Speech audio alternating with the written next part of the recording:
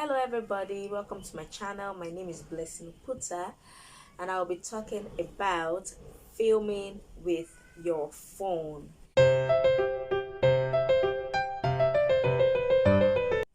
Now, as a startup YouTuber, one of the challenges we face is, oh, I don't have all the equipment. Oh, I wish I have the best background. Oh, we kind of like compare ourselves with other YouTubers who have, who have gone far in the game, and you're wondering like, how can I do mine? You know. So this video is for you who think that you do not have enough for what it takes, and you're wondering what exactly is enough. What do I need to just start and keep running? As a startup YouTuber, I'm imagining that all you have is your phone and perhaps a tripod stand. Now, if you do not have a tripod stand, that is fine. Yes. Point number one, have a tripod stand. Even if it's a mini tripod stand or a big tripod stand, there are just some things that you should invest in. Have a tripod stand. If you do not have a tripod stand, you can still go ahead as long as you have something you can rest your phone on and wouldn't move, okay? Because what you want to prevent is shaky hands. You don't want your hands to be shaking while you're doing your video, and it can be tiring, especially when the video is a little bit long. You may just move your hands and that can affect the quality of the video you're making. So yes, invest on a tripod stand. Yes. So point number two is to invest on your phone. Yeah, this is like the most important. I think this should have been my point number one. Invest on your phone. You want to ask me why? The reason why I think you should invest on your phone is because you want to have a phone with a very good camera quality, okay?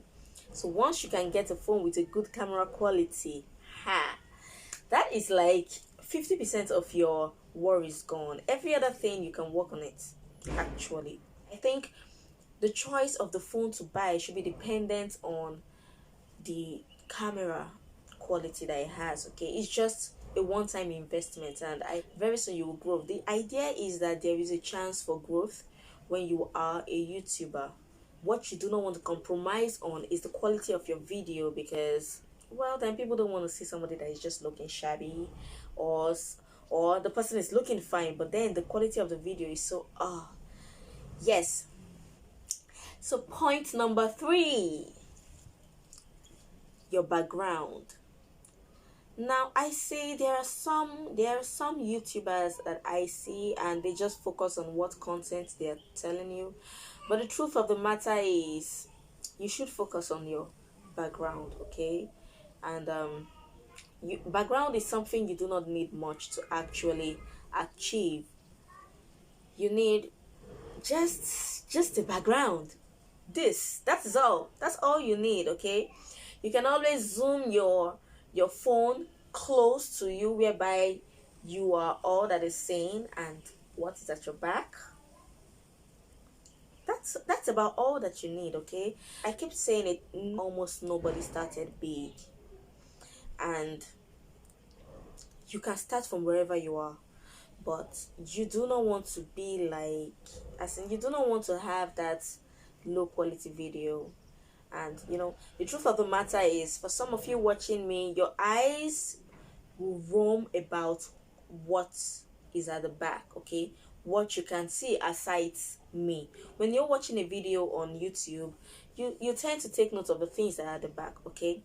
So as a startup YouTuber, I would suggest that you have just a plain background, or if you have a part in your house where you have a very nice wallpaper, fine, make do with that. Zoom it into that part whereby it's just you and the wallpaper that is seen.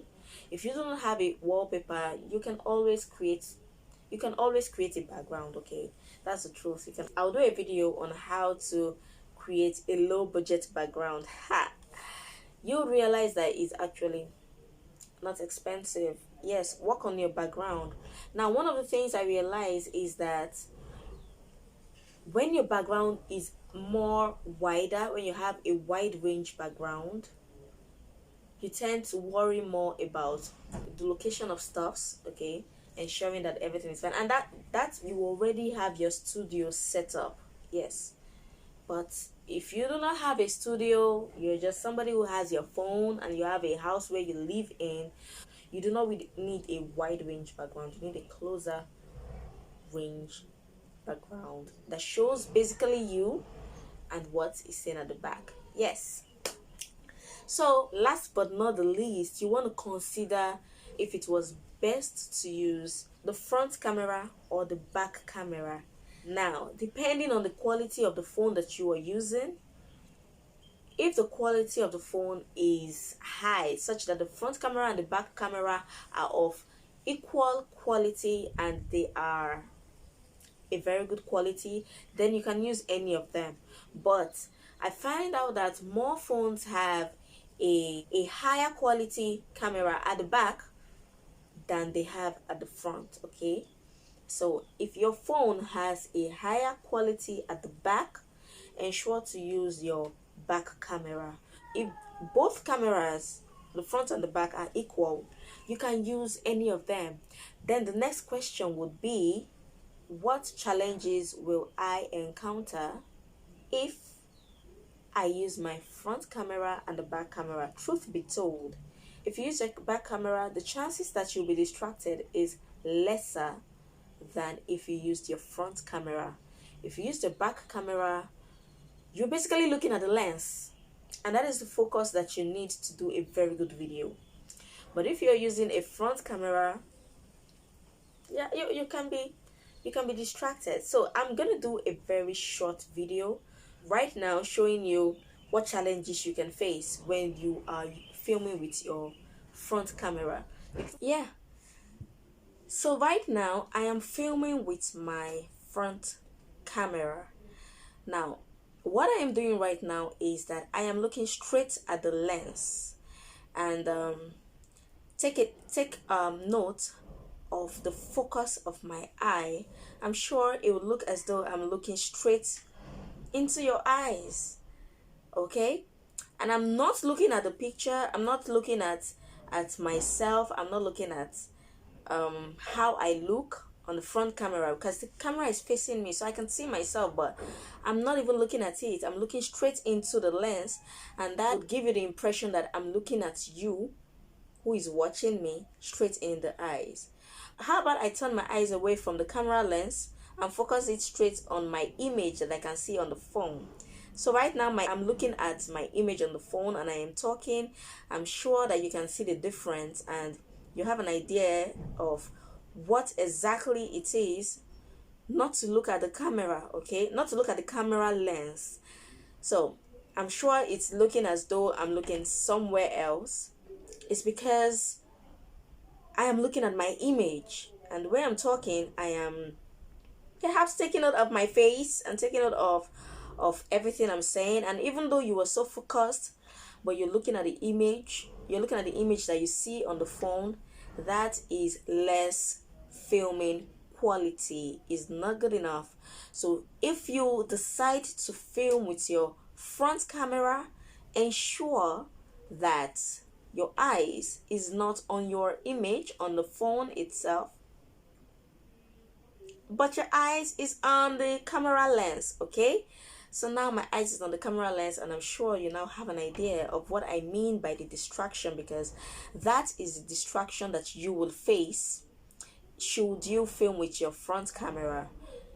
I think you want to focus exactly on your client, and you want your clients to have the impression that you're looking at them right in the eyes. It just kind of captivates their attention even for that, and make them realize that, oh, she's talking to me. But if you were looking elsewhere, it will look as though they'll be distracted, and that is not too good for a YouTube video. Okay, so that is the basic challenge you would face if you decide to film with your front camera. So yes, I hope this video was helpful. I hope somebody will start up a YouTube video as soon as possible. I hope you wouldn't be bothered at the fact that you have just a phone, just a tripod stand, and okay, I think knowledge of on how to use what you have is all that is necessary. So should you decide to use a front camera, if you have a phone whose front camera is equally good, fine, go ahead, but ensure that you're looking at the camera lens and not on your image that you see on the phone. All right, if you feel this video was helpful, give this video a thumbs up and click the subscribe button down below and follow me. Thank you. Bye.